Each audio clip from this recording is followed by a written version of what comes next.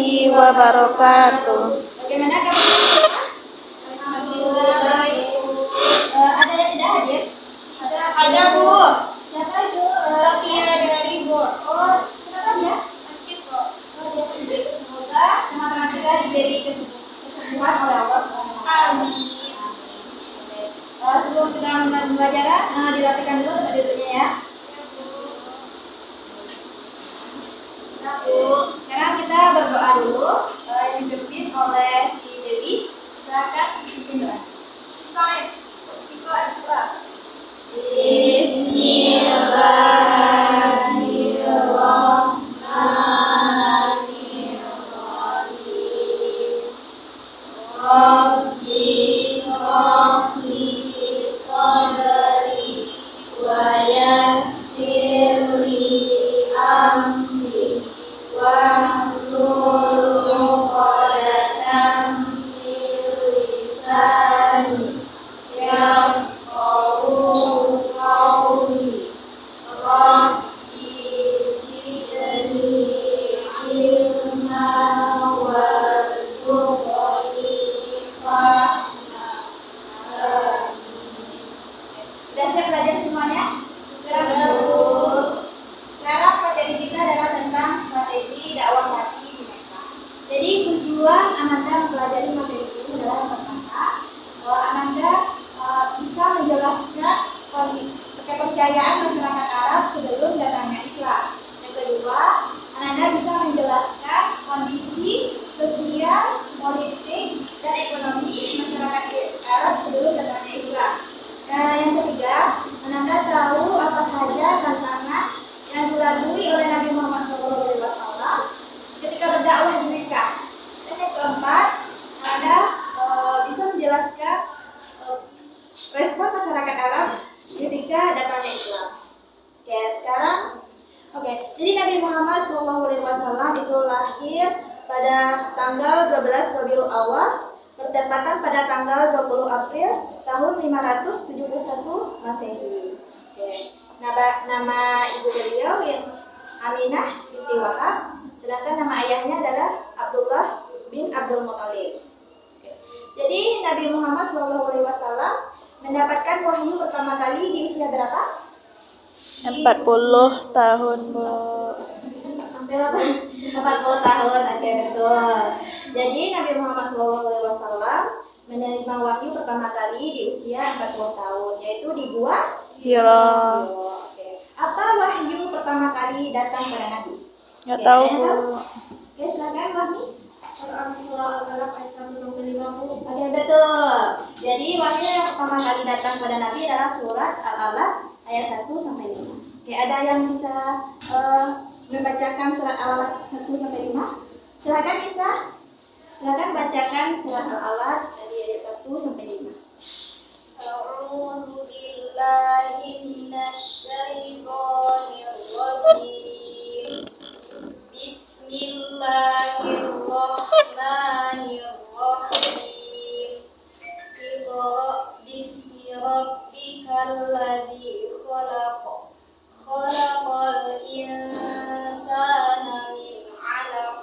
Iqra wa rabbukal akram. Alladzi 'allama bil qalam. 'Allamal insana ma lam ya'lam. Sudah cukup ya? Terima kasih ya Nisa. Oke,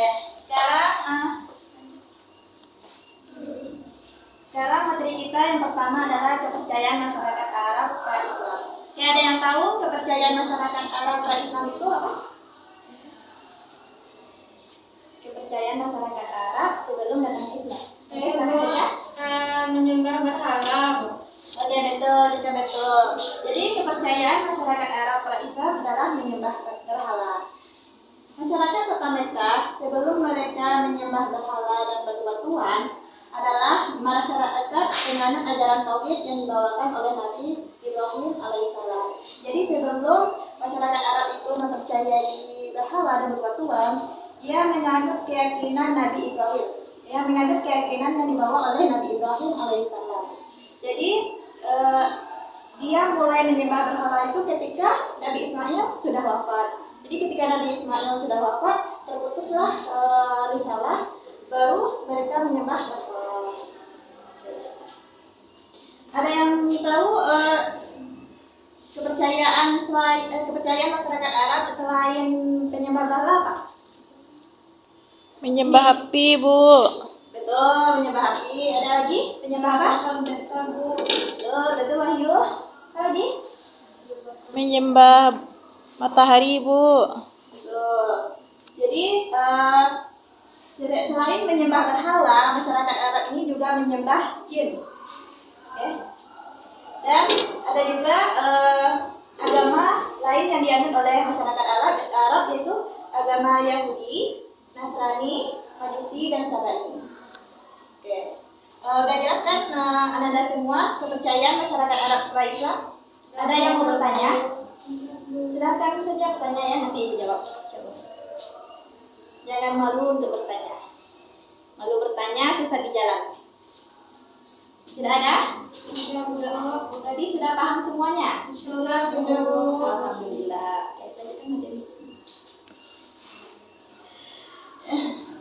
Yang kedua adalah kondisi sosial masyarakat Arab pra-Islam. Bangsa Arab dikenal dengan bangsa ahli syair dan pemberani.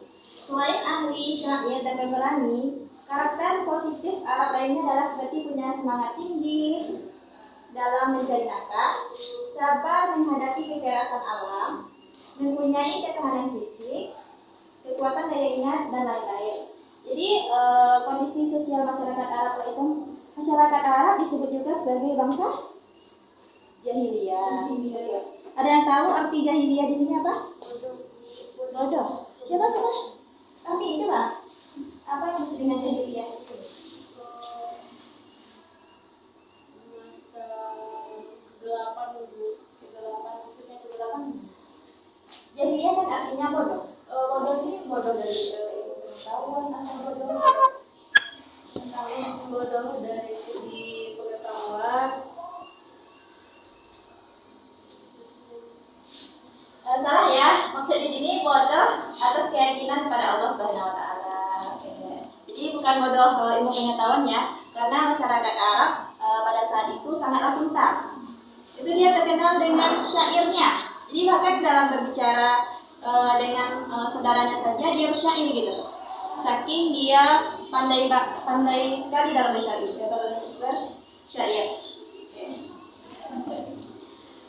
Adapun kebiasaan buruk mereka adalah minuman khamar atau arak sampai mabuk, berjudi, berzina, dan merampok dan sebagainya. Dan mereka memposisikan perempuan pada posisi terendah.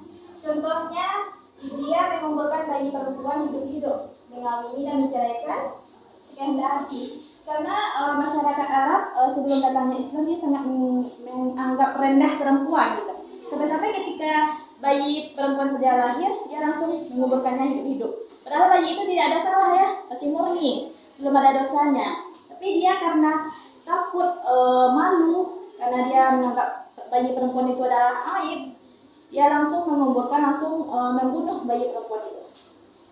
Jadi masyarakat itu karena kebiasaan buruk mereka dan kebodohan kepercayaan mereka kepada Allah, mereka disebut dengan bangsa jahiliyah. Oke, sudah paham kondisi sosial masyarakat Arab Indonesia? Ada yang mau bertanya? Jadi bangsa Arab itu mempunyai kebiasaan-kebiasaan yang buruk ya, dia berzina, berjudi, dan menganggap rendah perempuan. Oke, silakan. Sudah ya. Yang ketiga adalah kondisi ekonomi masyarakat Arab pra-Islam. Kondisi ekonomi bangsa Arab saat sebelum datangnya Islam sudah maju karena sebagian besar mereka berniaga, berdagang, dan jadi kondisi ekonomi masyarakat Arab sebelum datangnya Islam itu sudah maju ya, karena sebagian besar mereka itu sudah mempunyai mata pencariannya tetap. Di antaranya ada yang bertani dan ada yang berternak. Bagi orang Arab Badui, yaitu yang tinggal di perdesaan, yang menjadi sumber mata pencarian mereka adalah berternak. Sedangkan masyarakat Arab perkotaan yang menjadi sumber pencarian mereka adalah bertani. Jadi di situ perbedaannya mata pencarian masyarakat Arab Badui dengan masyarakat Arab perkotaan. Ada yang mau bertanya? Silakan bisa. Nggak ada. Nggak jadi. Oh, ya. Oke. Jadi kondisi ekonomi masyarakat Arab sebelum datangnya Islam itu sudah maju karena sebagian mereka itu ada yang bertani dan ada yang berternak, bahkan sudah ada yang berdagang.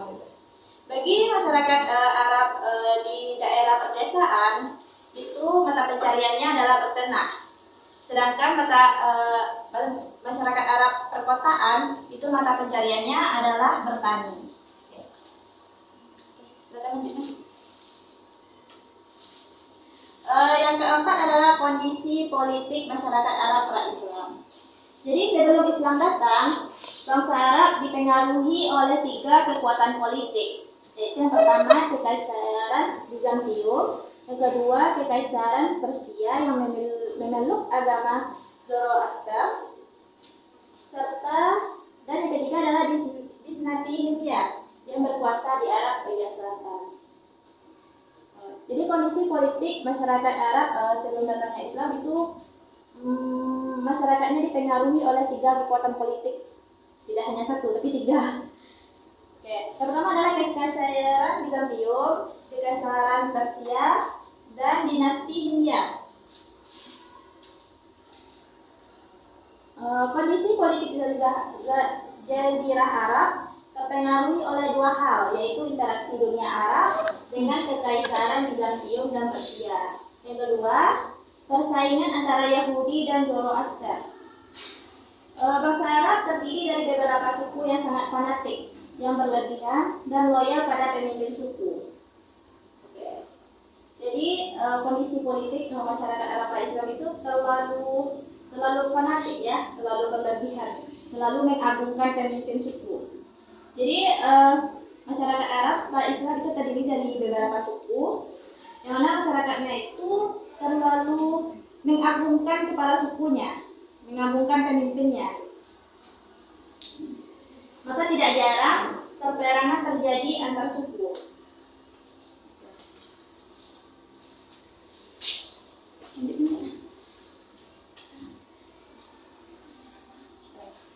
Yang kelima adalah respon masyarakat Mekkah terhadap dakwah Nabi. Itu ketika Nabi mulai berdakwah di Mekkah, itu kan masyarakat Arab masih menganut kepercayaan nenek moyangnya, yaitu menyembah berhala dan menyembah batu, menyembah jin. Jadi dia sangat menolak ketika ajaran Islam ini dibawakan pertama kali oleh Nabi. Dia sangat menolak ya, dan menganggap Nabi itu sesat. Oke. Jadi pada umumnya orang kafir Quraisy itu tidak senang menerima kehadiran agama Islam di tengah-tengah kehidupan mereka, karena masyarakat Mekkah pada saat itu masih menganut keyakinan nenek moyangnya. Para tokoh masyarakatnya mulai menyebarkan isu yang tidak benar mengenai ajaran yang dibawa.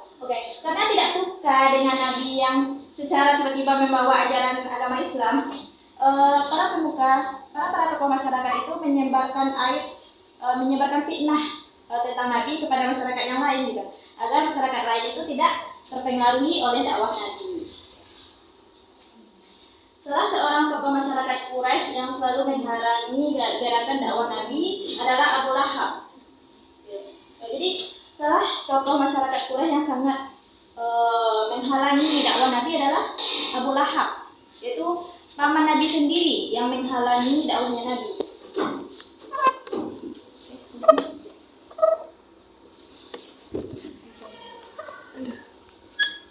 Yang keenam adalah tantangan dakwah Nabi di Mekkah. Jadi selama Nabi berdakwah di Mekkah, itu banyak sekali tantangan dan rintangan yang dihadapi oleh Nabi, karena masyarakat Mekkah sendiri itu sangat menolak kehadiran ajaran baru di sisinya. Pertama itu penghinaan, ancaman dan siksaan terhadap Rasulullah. Itu Rasulullah dihina sebagai orang gila, tukang sihir, anak celaka, dan lain-lain. Itu saking dia menolak ajaran yang dibawa Nabi. Yang kedua yang dihadapi Nabi adalah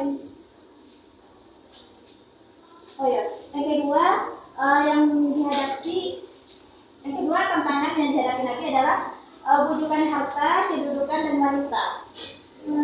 Jadi langkah ini dilakukan oleh kafir Quraisy dengan mengutus Utbah bin Rabi'ah untuk membujuk Rasulullah SAW dengan harta, dengan janji berapapun Nabi minta maka akan diberikan. Oke. Jadi tantangan dakwah Nabi di Mekah yang ketiga adalah orang Mekah membujuk Nabi dengan harta, kedudukan, dan wanita. Karena kebanyakan laki-laki itu terbujuk oleh wanita ya. Oke, jadi salah satu cara orang Quraisy membujuk Nabi adalah dengan wanita. Oke. Lanjutkan.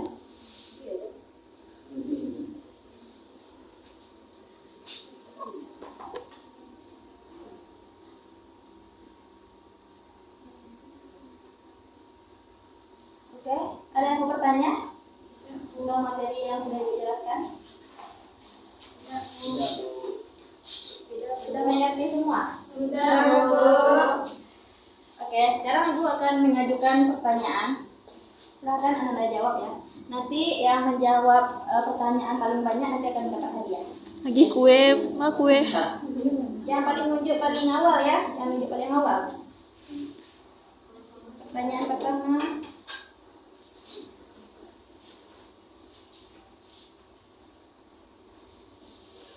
Jadi pertanyaan pertama adalah sebelum datangnya Islam, kepercayaan masyarakat Arab adalah kecuali yang A. Penyembah berhala, B.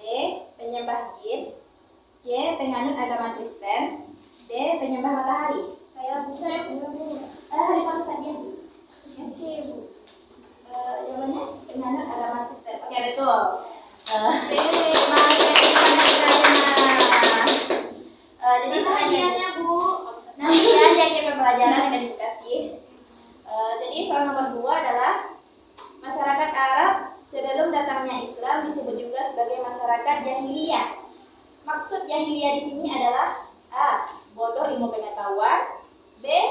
Bodoh atas ketauhidan kepada Allah Subhanahu wa taala, C. Bodoh dalam berdagang, D. Bodoh dalam menjahit. B.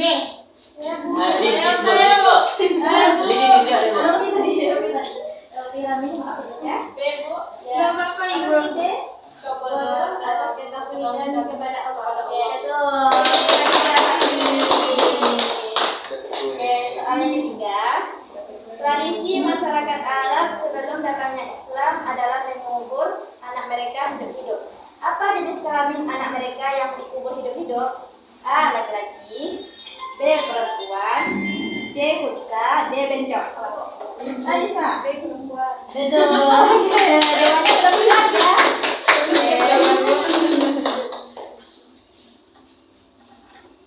Soal nomor 4.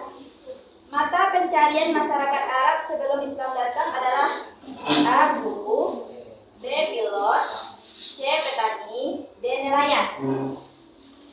Oke, Ibu ulangi soalnya. Mata pencarian masyarakat Arab sebelum Islam datang adalah A. Guru, B. Pilot, C. Petani, D. Nelayan. Dewi juga dulu. Petani. Betul, panas saja. Kurang semangat ya? Oh ya, nanti hadiahnya dulu Bu. Nanti ya Ibu kasih ya. Oke, kita lanjutkan. Pertanyaan nomor 5. Kondisi politik Jazirah Arab dipengaruhi oleh 2 hal, yaitu A. Interaksi dunia Arab dengan Kekaisaran Bizantium dan Persia, B. Interaksi dunia Arab dengan Kekaisaran Abbasiyah, C. Interaksi dunia Arab dengan Kekaisaran Korea, D. Interaksi dunia Arab dengan Indonesia. Oke, ya silakan. Oke, betul. Jadi jawabannya adalah interaksi dunia Arab dengan Kekaisaran Bizantium dan Persia. Itu kondisi politik masyarakat Arab sebelum datang Islam. Soal yang terakhir. Soal yang terakhir, membujuk untuk bertukar sembahyang dengan orang kafir merupakan salah satu tantangan dakwah Nabi di Mekkah. Bersamaan dengan itu turunlah surat A. Al-Kautsar, B. Al-Kafirun, C. Al-Baqarah, D. Al-Fatihah. Oke, Rahmi silakan. Al-Kafirun, Bu. Oke, betul. Selamat Rahmi. Oke, sebenarnya udah habis ya. Nanti hadiahnya Ibu kasih hadiah di pembelajaran. Sekarang sebelum kita tutup pembelajaran kita pada hari ini, ada yang bisa menyimpulkan materi kita pada hari ini? Sama-sama saja. Ibu saja, Bu. Oke. Baik, berhubung waktu kita sudah habis, ayo siapa yang bisa menyimpulkan materi yang sudah kita pahami? Oke, ada yang bisa menyimpulkan? Tidak ada?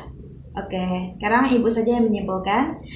Jadi materi kita pada hari ini adalah tentang strategi dakwah Nabi di Mekkah. Yang pertama adalah kepercayaan masyarakat Arab sebelum datangnya Islam. Jadi kepercayaan masyarakat Arab sebelum datangnya Islam adalah menyembah berhala, batu-batuan, jin, dan ada juga beragama Nasrani, Majusi, dan Yahudi. Tapi sebelum masyarakat Arab tersebut menyembah berhala, mereka menganut keyakinan yang dibawa oleh Nabi Ibrahim alaihissalam, yaitu mengesahkan Allah Subhanahu wa taala. Tapi ketika lalu dilanjutkan kepada Nabi Ismail, tapi ketika Nabi Ismail wafat, lalu terputuslah risalah Nabi Ibrahim. Oke, yang kedua adalah kondisi ekonomi masyarakat Arab sebelum datangnya Islam. Jadi masyarakat Arab sebelum datangnya Islam itu sudah diliputi oleh kekayaan. Dan bangsa Arab di daerah perdesaan itu mata pencariannya sebagai peternak, sedangkan di arah perkotaan itu mata pencariannya adalah sebagai petani. Ketiga adalah kondisi sosial masyarakat Arab sebelum Islam. Jadi masyarakat Arab itu terkenal dengan syairnya. Bahkan dalam berbicara saja, masyarakat Arab itu bersyair. Ya, berbicara dengan sesamanya. Dan sosial bangsa Arab sebelum datangnya Islam itu disebut juga sebagai bangsa jahiliyah. Kenapa disebut dengan jahiliyah? Ini bukan berarti dia bodoh akan ilmu pengetahuan, tapi bodoh atas ketahuidan kepada Allah Subhanahu wa taala. Nah, dan yang keempat adalah kondisi politik bangsa Arab sebelum Islam. Jadi bangsa Arab itu terdiri dari beberapa suku yang sangat mengagungkan pemimpin suku. Jadi dia sangat mengagungkan dan sangat royal kepada pemimpinnya. Oke, baik, sekian penjelasan dari Ibu. Semoga dapat dimengerti. Wassalamualaikum warahmatullahi wabarakatuh.